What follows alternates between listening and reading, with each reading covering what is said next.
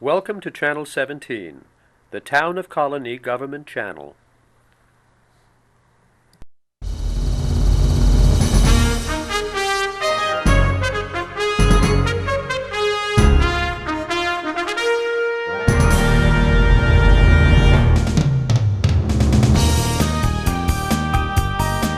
So today, we don't usually do fiction at our noon book review, but today we're going to do a novel by Elie Wiesel. It's called A Mad Desire to Dance, and our reviewer is Henry Stark. If you watch our TV station, you may have seen me interview Henry a couple times about his book, Heart Lessons, The Adventures of Jasmine Termalina. He's a retired professor from RPI, Yale, and Illinois, what was it again? Illinois Institute of Technology. Illinois Institute of Technology. He's written many famous textbooks in optics and probability and stuff like that, but he's here too. He's from Belgium, and he has a similar story to the character in the book. He was sent away and escaped the Holocaust. So here's Henry to tell us about the book, A Mad Desire to Dance by Elie Wiesel. Where you go? Thank you very much. Is that loud? You know, that's funny about Michael Baden. His father was a teacher at my high school. And it's interesting.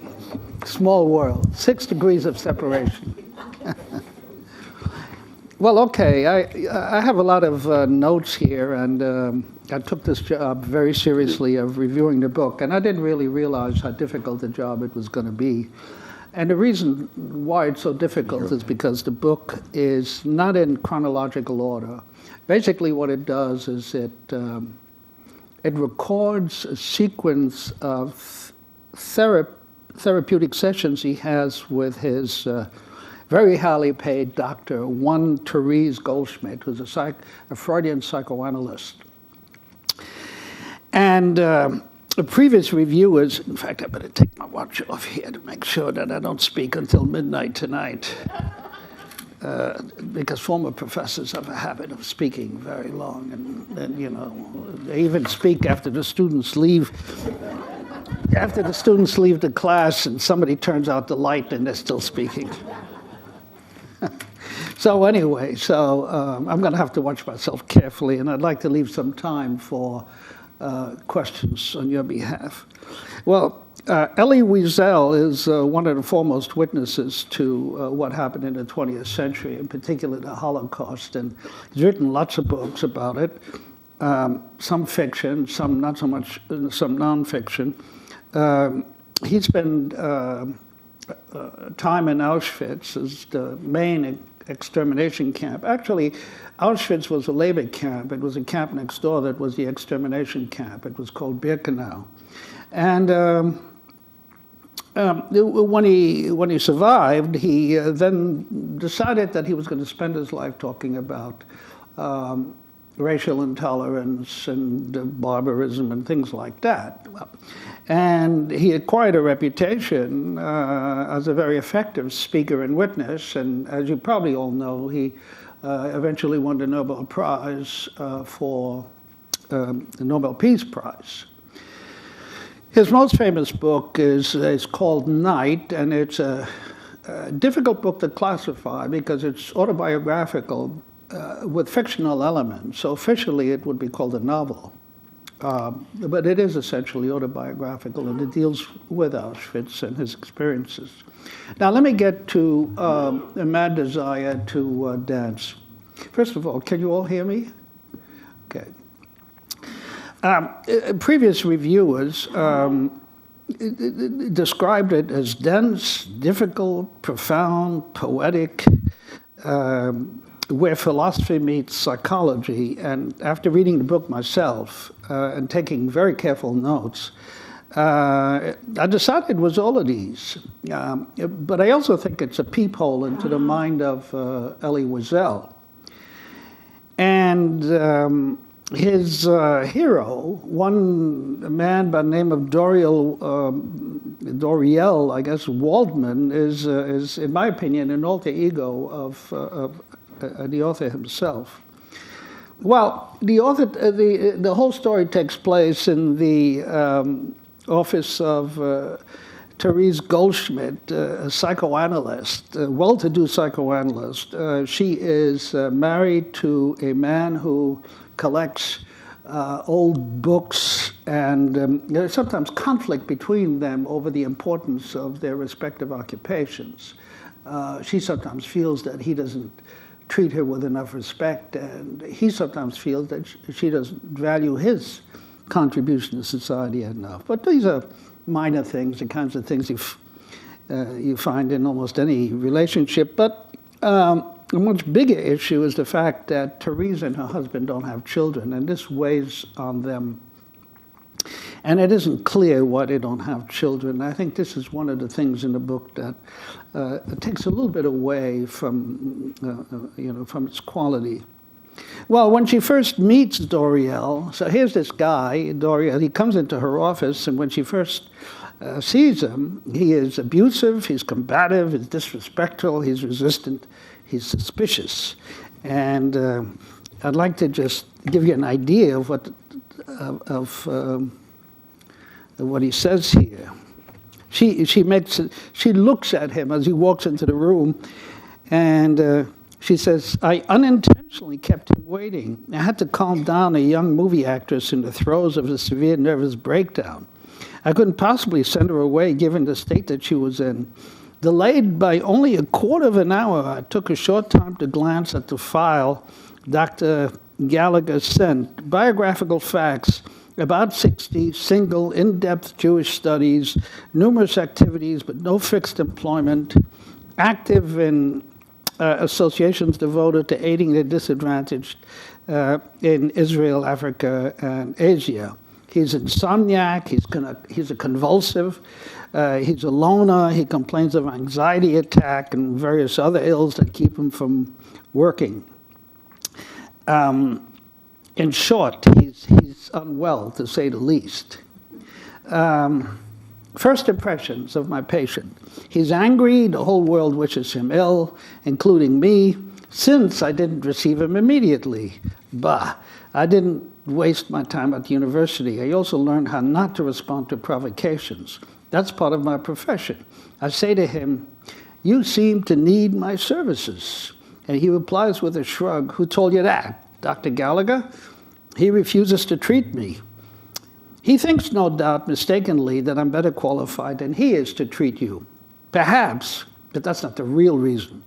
Oh, yes? What's the real reason? He's an anti-Semite. That's why he refused to treat me. He doesn't want to help the Jew that I am. So you can see that he's a difficult, very difficult patient. So anyway, he displays pathological touchiness and anger when he's in the presence of this attractive Therese Goldschmidt. And then something interesting takes place. Almost from the beginning, he says he wants to establish, quote unquote, a level playing field with respect to his therapy. He refuses to be just another patient in a milieu where the therapist calls all the shots, establishes the rules of therapy, and maintains her confidentiality. In other words, the therapist doesn't disclose anything, right? He won't have any of that. He won't have any of that. So he says to her, and quite rightfully, I think, quite rightfully, and he says, put that back down so you can... Okay, thank you. Can you hear me? Please let me know if... he says to her, well, he says, since we're going to spend a lot of time together, it's important for me to know who you are. And she says, that's no concern of yours. Sorry to contradict you, but if I understand correctly, it's my mental health, if not my life, that's at stake. Don't I have the right to know in whose hands I'm putting them in? If I'm going to reveal my innermost secrets to you, if I understand your approach correctly, meanwhile, I know nothing about you. Where are you from? Who are your parents? Do you have brothers, cousins, or sisters? Are you married?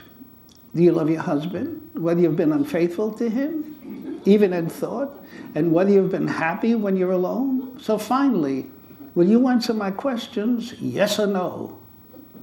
And if no, then I'll leave you and may an anti-Semitic bastard Gallagher go to hell. So he establishes, she thinks it over, and she says to herself, you know, he's right. Why should I know everything about him? Maybe it will help for him to know something about me too. And so the sessions begin. And when the story opens, now here's what's difficult about this book. It's not in chronology. It's like a jigsaw puzzle, you know, and you have to fill in the jigsaw puzzle. So when the story begins, Doriel is 60 years old, and he's already convinced that he's losing his mind. And the question that's on his mind constantly is, am I mad? And then he says, are you really mad if you know you're mad? And that, by the way, that question comes up in a classic Jewish joke where a man goes to his rabbi. I don't know if you've heard it. A man goes to a rabbi and he says, Rabbi, I'm crazy. You know, can you help me? And the rabbi says, sure, I can help you. Go home with your wife and children. He says, but Rabbi, I'm crazy. And the rabbi says, if you know you're crazy, you're not crazy. It's the crazy people who don't know they're crazy. Then. So I suppose there may be a little truth to that. So he's very worried about his madness. He's single, he's alone, he's never been married, and in his 60s, he is probably a virgin. He's a good man, though. I mean, his heart's in the right place. And before his illness became acute, he devoted his time, his energies to organizations that helped the disadvantaged in Israel, Africa, and Asia. Now, the doctor, remember, Therese Goldschmidt, is this attractive, very highly paid, very famous psychoanalyst, tells him, you know, this is going to be very expensive, you know. And he says, bah. He says, I can pay for it. She says, where do you get the money? He says, that's not your business. And so it's interesting. Where does he get the money? And you don't find that out until much later. To the psychiatrist, it's obvious that he's, well, she's really a psychoanalyst, a Freudian psychoanalyst. But it's obvious to her that he's suffering from kind of tremendous guilt, and she can't identify the source. Now, he can quote, for example, the sayings of the medieval rabbis, and he knows the Kabbalah, and he knows the Talmud, which, as you know, are the commentaries on the Torah, the Hebrew Bible. But these things don't help him, and he cannot use what he's learned to act in a decisive way, to love, to find his place in the world, and he keeps going around. He even goes to the Far East, and he investigates Buddhism and others, and nothing really helps. And in this respect, he's like the hero in the very famous book, Herzog, by Saul Bellows. Herzog, too, is a scholar. If I remember, he was a professor at the University of Chicago, and he's read all the great philosophers. And when he gets into trouble, when his wife leaves him, he tries to find the answer, how to cope with this tremendous pain in all the books that he's read and all the famous sayings and the famous philosophers through the ages, and it doesn't help him. He's really suffering. And he starts to write letters, Herzog, that is, and he writes letters day and night. He can't sleep, writes letters, and these letters, he never mails them. And the same with Doriel. In fact, I think that Herzog influenced, Mad Desire to Dance. Doriel seeks, instead of writing letters, he goes all over, he studies the famous sayings, nothing helps. Then one day, to his surprise, the therapist, Therese Goldschmidt, says to him, I'm not going to treat you anymore. And he says, why? What did I do? And by the way, he's become somewhat of a better patient by this time. And let me just read you what she says. She says, wait a minute, I think I have it right here. So he says, why don't you want to treat me anymore? It's very important. And she says, I have many reasons, she says, professional and not. Now, the and not portion of that statement refers to there's tension between her and her husband. She's attracted to Doriel, and she wants to talk about it. He takes up all her mind, all her thoughts.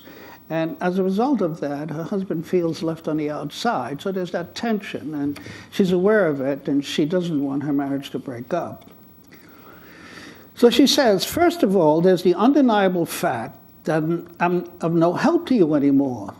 Admittedly, in helping you to remember your convulsions, we have made an important breakthrough. But that was the last time. Your preposterous story about a dibuk inhabiting your soul left me feeling helpless and depressed. I'm not an exorcist by profession. I don't believe in superstitions. They're for fanatics or simpletons, not for someone like me who doubts everything. Whereas you, Doriel, for some time now, we haven't been making any progress at all. Earlier, we were moving forward step by step with sudden, astonishing glimmers of light. Not anymore. I listen to you, I observe you, you're still living your life badly. An unspeakable suffering is undermining you. Your illness, in no way pathological and not necessarily linked to memory, which is inevitably selective, comes from an impenetrable area that you call mystical. Persecuted by the gods, you flee from human beings. But when God is the enemy, I refuse to take part in the fight. And no matter how much he practically begs her to continue, she says, no, we're finished. Well, so that's it. Exit Dr. Goldschmidt. But in all the sessions, I believe there's some 50 or so sessions, we learned quite a lot about the characters. Let me tell you about the character now. It's 1942, and our hero, Doriel, is living in hiding with his pious father in a village in Poland, in a part of Poland which the Germans really didn't get to. Their biggest problem are the Polish informers who are promised by the Germans a sack of sugar for every Jew that they turn in. So the idea is these Polish collaborators or informers go out, they try to find Jews, then they report them to the Gestapo or the SS, and then once they do that, they get this sugar, which is a prized commodity. Okay, it has lots of calories and can use it for cooking and so on. So they go into hiding. They're in hiding, and he's in hiding with his father. Now, what happened to his mother and what happened to his two siblings? Well, for this, we have to go back a little bit before the occupation of Poland. He lived happily there with his mother, his father, and his younger brother, Jacob, whom the family called Yankele, which is a term of endearment, and his sister Dinah. Dinah is older than he is, and Yankele is quite a bit younger. But then the Germans move in, and as you know, Polish Jews in general made out very badly, the worst of any country, except possibly the Ukraine. So the Germans have moved in, the family now fragments. And his older sister, Dinah, goes to work with a clandestine Zionist resistance group, so she vanishes from the scene for a while. His little brother, Yankele, is sent to live with a Christian family. And by the way, just as a side note, that's what happened to me too. I was sent to live with a Christian family around 1943. And his mother, Leah, she's unusual. She's beautiful, highly desirable. She's an Aryan-looking blonde. And she has excellent Aryan papers, so that when she's stopped, she's not even stopped, because she's so Aryan looking. She joins the Jewish resistance and becomes a star in the Jewish religious in the resistance. Now, what happens to his siblings? Well, the Christian family that took in Yankila, the younger brother, they get nervous because they keep hearing, if you get caught hiding Jewish children, boy, it's going to go bad for you. And there are all these informers running around, so they return him to the father and Doriel.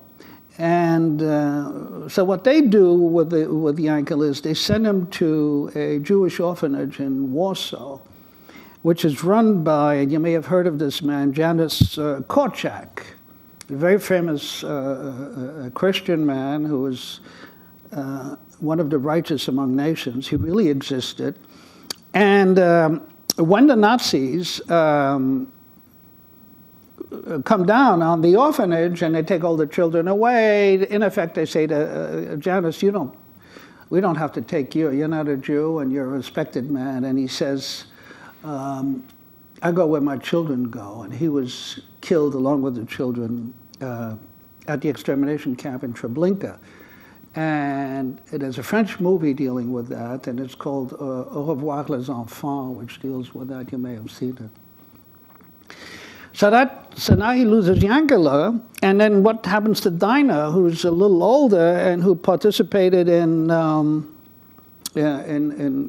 underground? Well, she's caught and tortured, but she manages with the underground to escape. She returns to her father and Doriel, who are hiding in a barn, and they're being hidden by a Polish farmer by the name of Wladek. And so they live in this barn in hiding, and as the war comes to an end, she decides, well, maybe it's safe to go out. There's beautiful sunshine, and she just wants the feeling of having a little sun fall on her face. And so she goes out, and unluckily, one of the informers sees her, and he's got a rifle, and he says, stop, I want to turn you over to the Gestapo. And she doesn't stop. She runs, and she's shot, and she's killed. And less than a week later, that part of Poland is saved, is liberated by the Red Army. So she dies with a week to go, which is quite tragic. Meanwhile, during this period of hiding, Doriel, who's a child, almost never gets to see his mother, and so he develops a very close relationship with his father. And eventually the war is over, and his mother comes back, and they move back to their home in Poland, which has a nice garden. And Doriel is absolutely delighted. His family now is together. His beloved father and his mother are there as a unit. He's absolutely crazy when he sees them embracing. From happiness, very, very happy. And there are three of them. The two children are gone. And unfortunately, this beautiful scene is shattered. An unwelcome visitor shows up, a man by the name of Romek. Now, to make a long story short, Romek was his mother's assistant in the underground. And he's a dashing and good-looking man. And right from the beginning, even though at this point Doriel he was 6 and 42, and now we're talking about 46, so he's 10 years old, 10, 11 years old. Right, like children are sometimes very perceptive. He senses there's something going on between Romek and his mother. And while his father goes in to get them some lemonade, he hears Romek begging his mother to start a relationship with him all over again. The mother refuses, but just serves to convince Doriel, the child, the 10-year-old child, that his mother wasn't faithful to his father, and he regards this as a terrible breach of trust. He's very upset by it. Well, and as a matter of fact, for the first time, he developed symptoms of an emotional illness. He begins to develop convulsions. Okay, so now the war's over, and the family, but anti-Semitism in Poland is growing. They're very resentful over the fact that the Jews who have survived come back, want their homes back. So, as you knew, there was a pogrom that took place after World War II. It's a historical fact. So this leads Polish Jews to say, you know what, we're not welcome here. Things haven't really changed all that much from their attitude towards us before World War II.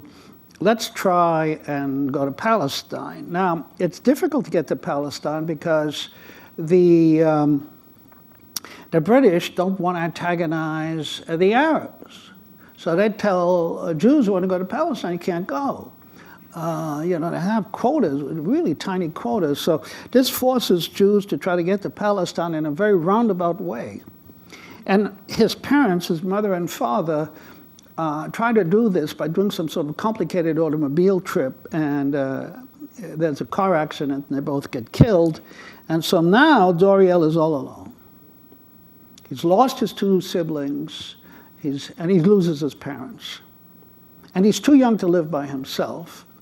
And so he goes to live with his Orthodox paternal uncle, Avraham, and his aunt Gittel in Brooklyn, New York.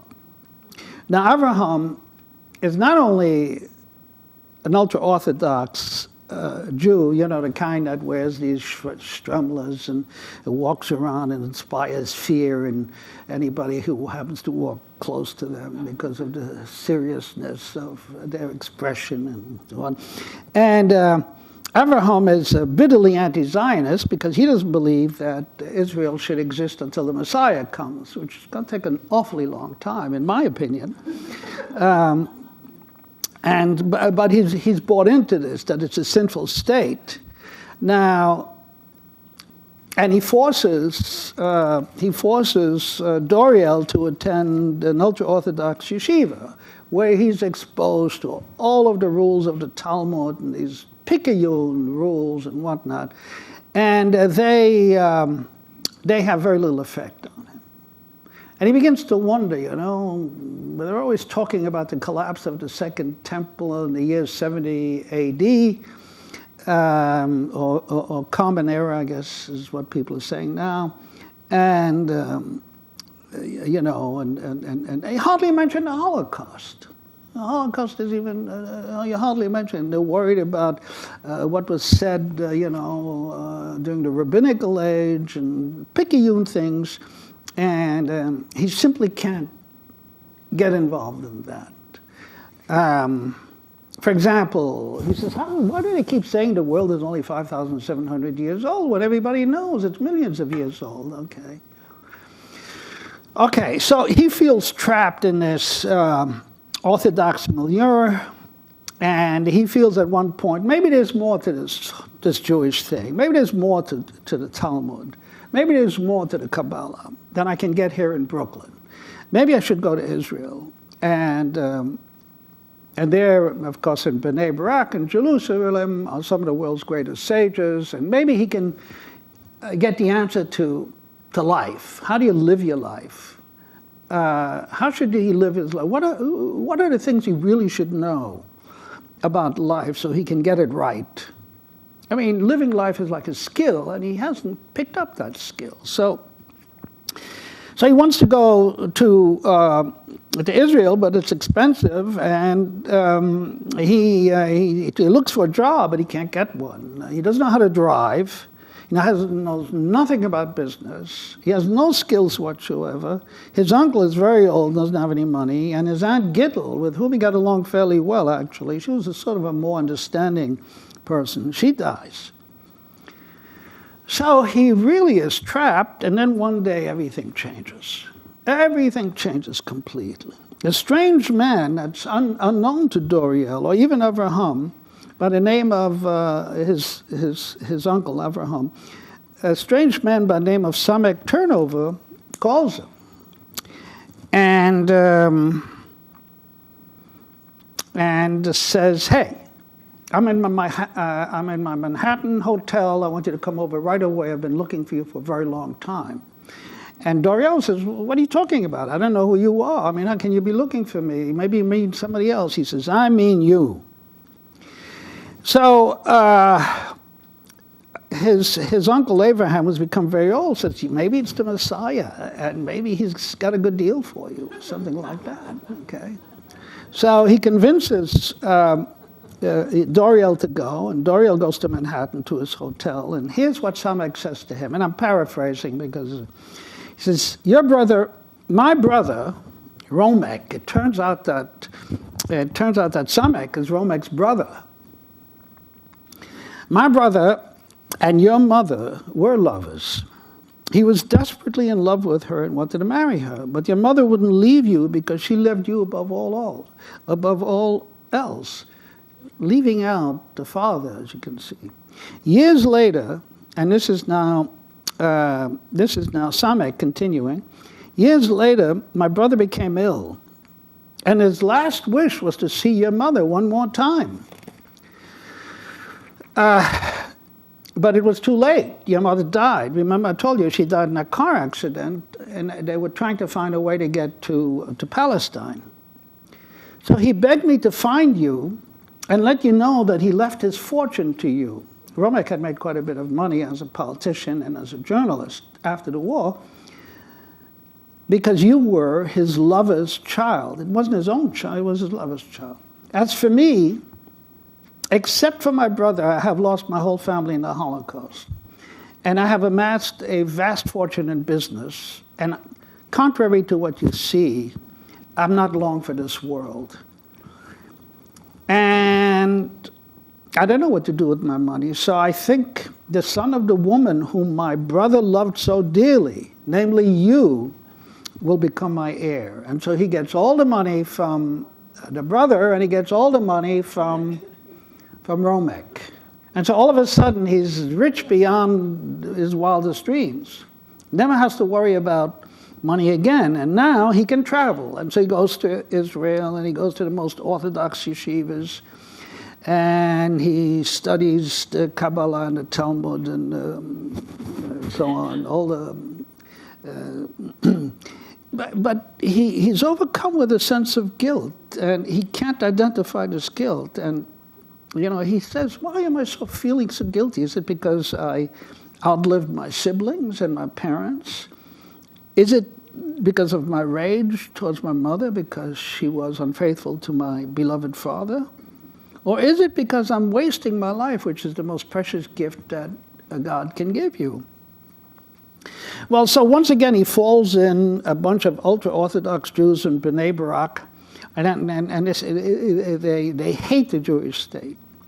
They want to see it collapse, actually, because they say it's a sinful state. It has to wait until the Messiah comes. Now, while he's in Israel, Doriel becomes friendly with the rabbi's son, a young man, ultra-religious young man by the name of Chaim David. Now, Chaim David has a brother.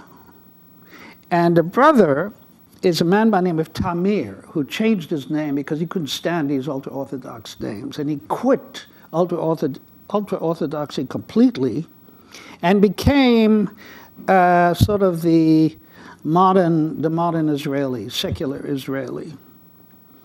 And he says, why do they worry so much about the collapse of the temple in the 2nd century Common Era and all that other stuff? They should be worrying about keeping Israel alive. I mean, it's the home of the Jewish people. And so Tamir is an apostate son. He has nothing to do with his family. And as I said, this is actually a rather nice description of the schism between the ultra-Orthodox in Israel on the one hand and the modern Israelis who are totally different, okay? Now, Tamir says to Doriel, look, you're here. You're obviously not overly impressed with what you're learning. Why don't you become an agent? Why don't you work for the Mossad? And this is a new thing for Doriel. I mean, a new idea that he has to consider, joining Mossad. After all, everybody knows about Mossad and carry out all kinds of things. He says, look, Tamir says to him, I'm going to introduce you to a guy by the name of Laurent, who in World War II actually assassinated Gestapo people. And I want him to talk to you, and perhaps he'll have more success in convincing you to become a member of Mossad. And have you been able to hear me, by the way? I know.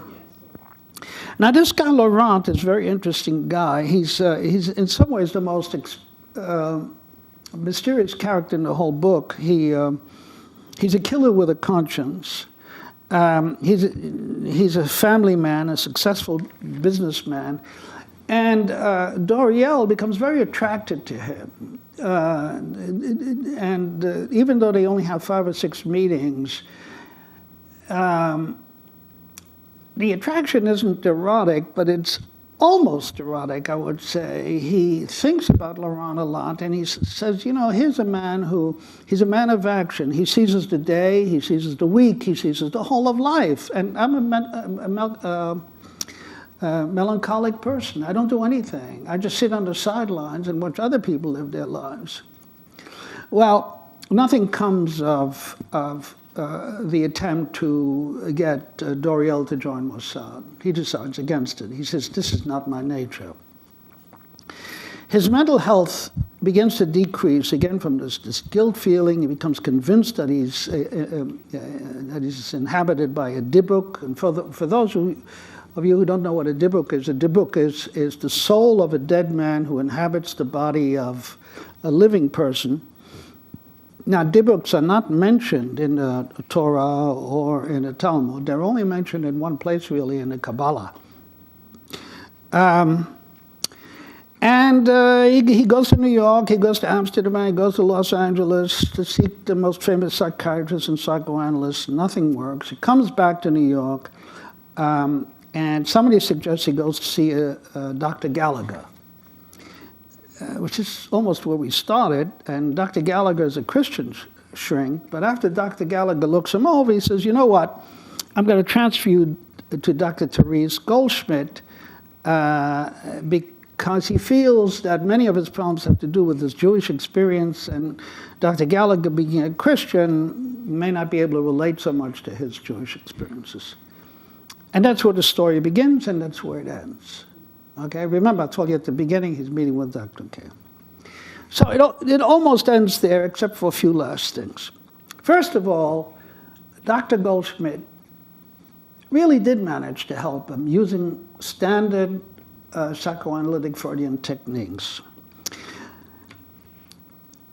One of the things she was able to point out to him was that because his mother was unfaithful to his father, his own relationship with women reflect that. He carries that, and he thinks they might betray him the way he views his mother having betrayed the father. She didn't really betray him, in the sense that she was working very closely with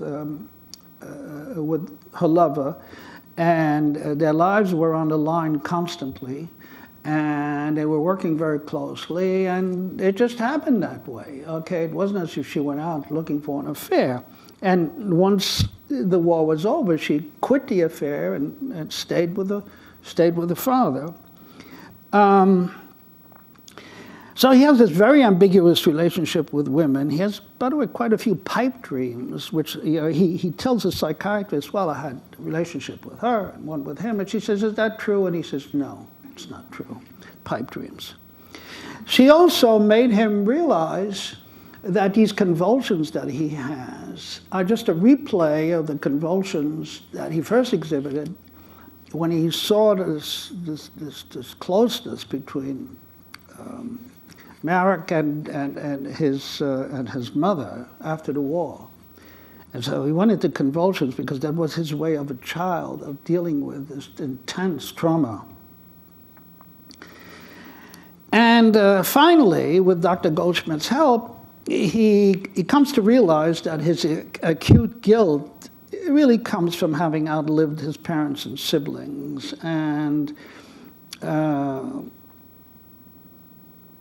And he can't deal with that guilt. He has really nothing to feel guilty about. But, you know, this is not unusual. There is such a thing as survivor's guilt in the Holocaust, and it's been well established. So A Mad Desire to Dance ends on an upbeat note. He's now done with his therapy. He is better, but he's not ready to admit it. And one day he's walking to his favorite pastry shop on Madison Avenue. He's living in the United States at this point, and he's in his 60s. And there's this young waitress with whom he sort of kids around with. And he begins to talk to her, and it turns out that she's the only daughter of a Holocaust survivor. She's 36 years old, and she's not going anywhere. She's just, and he begins to court her. And at first she thinks he's crazy, but he puts so much pressure on her. He says, listen, we have nothing to lose. You know, I'm almost twice your age, but we have nothing to lose. We're not going anywhere in life. This may be our last chance. And she accepts. And they become a couple. And by year's end, she's pregnant. And when he finds out that she's pregnant, he's filled with a mad desire to dance. Hence the title of the book. Finally, let me just end on my own views of the book. As I said, I put in a tremendous amount of work on this book. Reading it, it's more like an onion where you have to keep peeling away the outside. The translation, it was written in French and translated in English, and the translations were excellent. Excellent translation. I didn't even know it was translated. I think it's an excellent book in general. I wouldn't call it a great book. It's not going to go up there with the best of Bellows, or I don't know if anybody here is familiar with Sebald, who died in a tragic accident, but who was writing, in my opinion, the best stuff, not directly on the Holocaust, but its impact on second and third generations. Spectacular writer. And it doesn't compare really in quality with the best of Kafka. But it is a very good book. And some of the passages are absolutely beautiful, beautifully written and poignant. I just want to conclude by saying it's a little bit less than the sum of its parts. And I'll try to explain why. First of all, the hero is enormously peevish. And I've just 2 more minutes here. He's enormously peevish. And you lose patience with him. And look, what do you do with a character that talks like this? Let me just read that. He's talking now. He's thinking, and he says, suffocating with anger at her, I remained silent until the end of the session.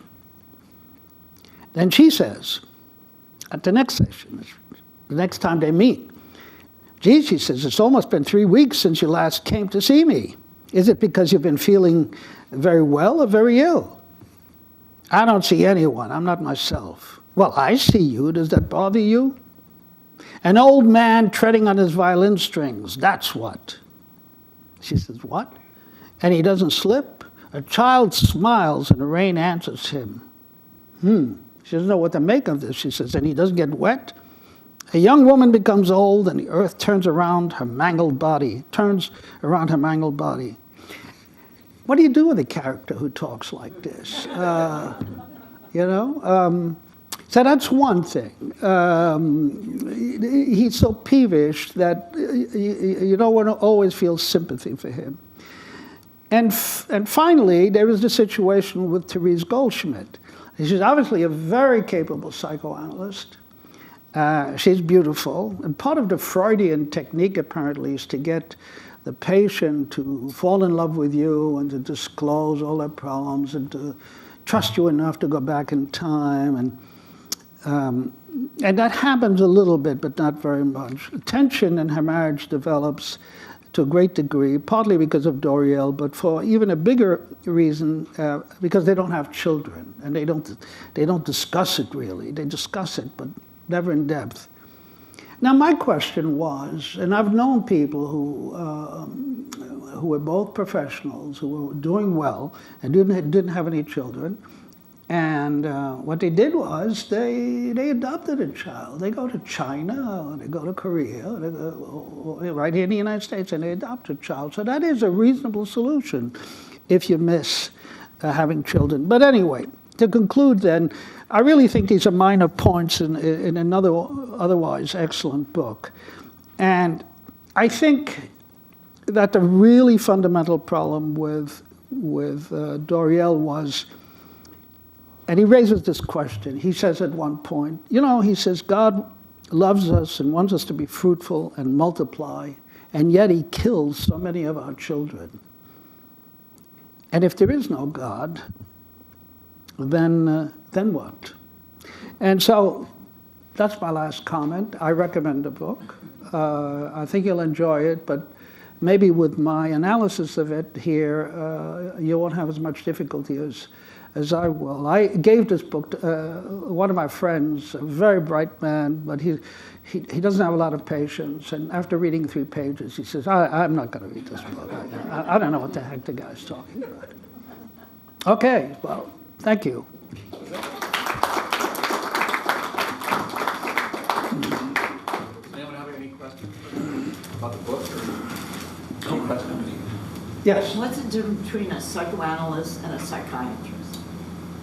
Psychiatrist has to have a medical degree. Oh. A psychiatrist is a doctor with a specialty in psychiatry, like a doctor who's a specialist in thoracic surgery. Psychoanalysts do not have medical degrees typically. They study at psychoanalytic institutes, and there are different ones. There's one that follows the Freudian precepts, another one follows Jungian precepts, and so on. So they can't order medicine, right? No, they can't. That's a very good question, but usually a psychoanalyst will have a close contact as a psychiatrist and will recommend to the psychiatrist, look, I've got a patient, I think antidepressants might help. There is that kind of relationship. Yes? You're saying they can't prescribe medicine? No. Are they like psychologists?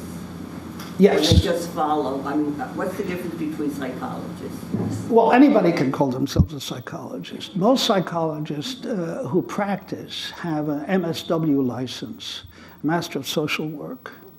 Yeah. To be a practicing psychologist, to put out a license, you have to do clinical work, you have to have several years of study, and so on. So, in a way, a psychologist is closer to a psychiatrist, but they too cannot subscribe medication. However, same arrangement holds. I have a friend who's an MSW psychologist, and she's very close to a psychiatrist who takes her recommendation completely. Thank you. Yeah. Thank you for your review. This is a fictional character, right? I'm a little hard of hearing. This is a fictional character? Yes. Okay. D'Oriel is a fictional character, but Janice Korczak was not. Okay, right. There are references to real characters in here. Right. Some of the famous rabbis that he quotes really existed. I read a lot of nonfiction, and it would just seem, although the passage, the story is a good story, there must be millions of people that have true stories. I have to get. Let me. Could you ask the question? Yeah, I read a lot of nonfiction, so right away I'm thinking, well, there must be millions of people, Holocaust survivors and down the line, that have true stories to be related. And it just seems like, that would be a little bit more closer to the mark, but it yes. seems like a good book. The question is, excuse me, he's written his autobiography, and it's very fine. I suggest that you read it. Yes, it's called Night. No, there's another one after that. That was written a couple of years ago. I can't. One of the last books. We read it about 2 years ago in our study group. So he has written his autobiography, but I can't remember the name of it. Yes, but that's a good question. If you want to know about the Holocaust, don't read this book. I would recommend Primo Levi's book, which was originally called If This Be Man, but they changed the title to Survival in Auschwitz. Oh yeah, there are many books out there. And of course there's a fantastic work by Raul Hilbert. I don't know if you've, who was a professor at the University of Vermont in Burlington, who died recently. And he wrote the number one, the most accepted book on the Holocaust, called The Destruction of the Destruction of the Jews in World War II. And what is his name, please? The author's name of that book? Raul Hilbert. Hilbert. Oh, yes. Raul Hilbert. He's the foremost historian of the Holocaust. And I just want This lady, let me give her. sorry. No, there's a lady in the back there. No, this lady. You're all lovely, lady. They do say that fiction Pardon? is semi-autobiographical, but the author brings himself to his works. Now, I know that the author, what was there, his mother and father and sister, they died in the Holocaust, and he survived.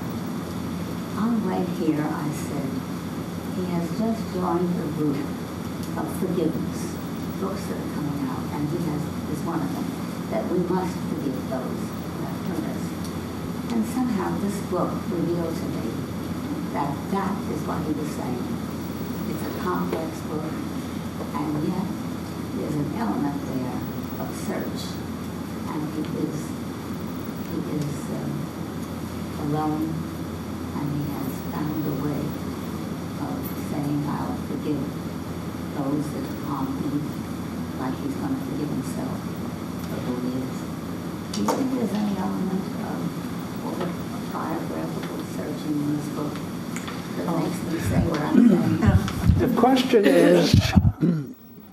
The question is, the lady refers to books that raise the subject of forgiveness and think that we would best be off if we begin thinking about forgiving those that did that.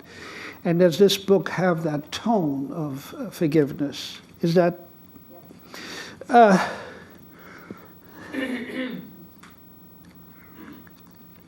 I would say he forgives himself.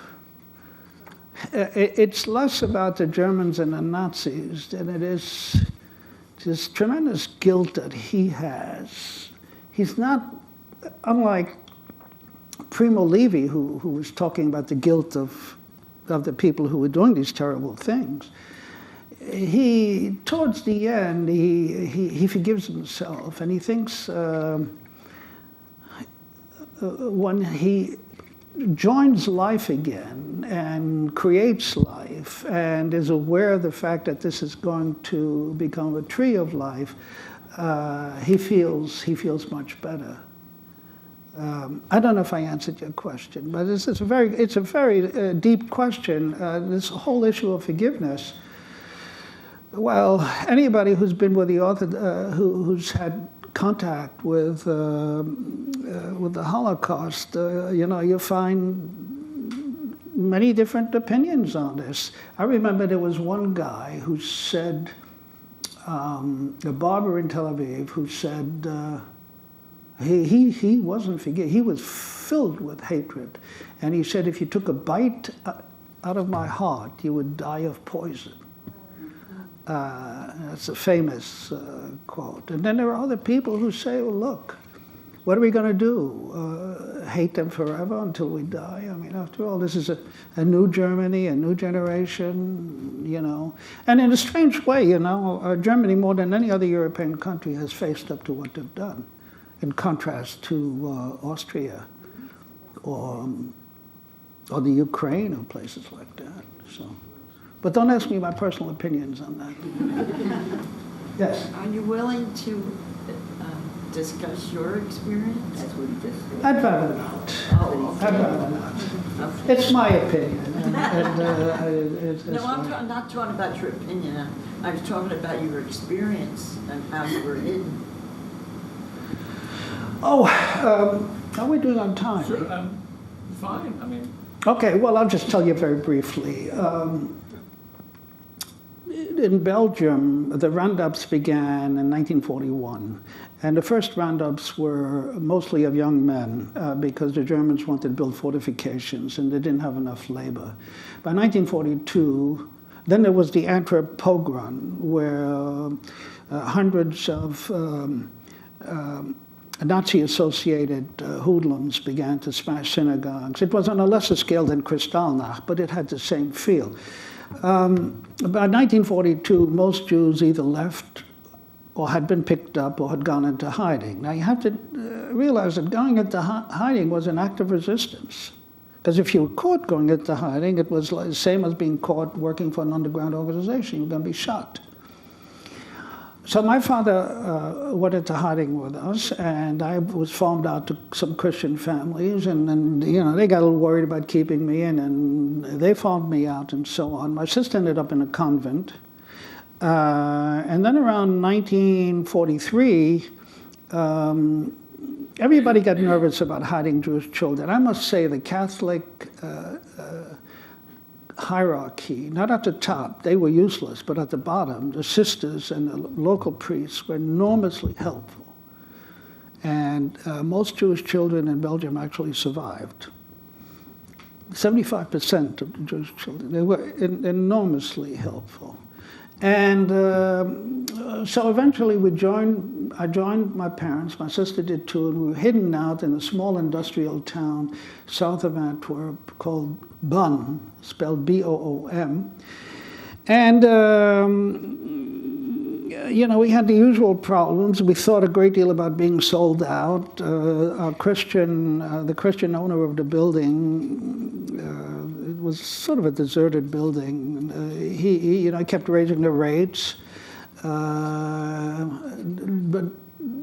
he wasn't free to do anything he could, because if at that point he sold us out, the Germans would have asked him how come they were hiding at your place for so long. So my father didn't talk to him anymore after we were liberated, but I disagreed with him on that. I think that anybody, for whatever reason, managed to save Jews, and even for greedy reasons, deserved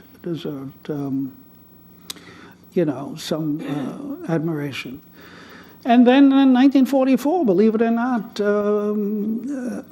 this same man who hit us one day came and said, we got to throw you out. The Germans are all over the place. And now we were really in a tough spot. And my sister's piano teacher knew a priest who arranged for us to go live with us, with a very religious Catholic lady. And we stayed with her until Antwerp was liberated. You know, I'm a little sorry that we never made an attempt to try to get her into Yad Vashem. And then one day she told us, it's okay to come out. And we said, no, we're not going to come out. She said, no, there are all these strange soldiers, Canadian and English soldiers on the street. And, you know, after being hidden for so long, it was a little difficult to suddenly come out. We came out, sure enough, there were Canadian and British soldiers. And that was in 1944. Now, the great tragedy is that the Germans went on a killing spree of Jews in that last year of the war, in France especially, but all over the place. They were so anxious to kill Jews, to get rid of them, even though they were losing the war. It was really remarkable. So we finally survived. So that's my story in a nutshell. no more questions? All right, well, thanks, Henry, for coming by. Appreciate it. By the way, let me boost myself a little bit. I wrote 2 books. They're both, one is young adult, one is a children's book. You can get them on Amazon. And they're available on Amazon.com. And just type in Henry Stark and they'll show up. These are library books if you want to, Okay. check them out. But Henry would probably prefer if you bought one. I don't know. Thank you very much. Thank you.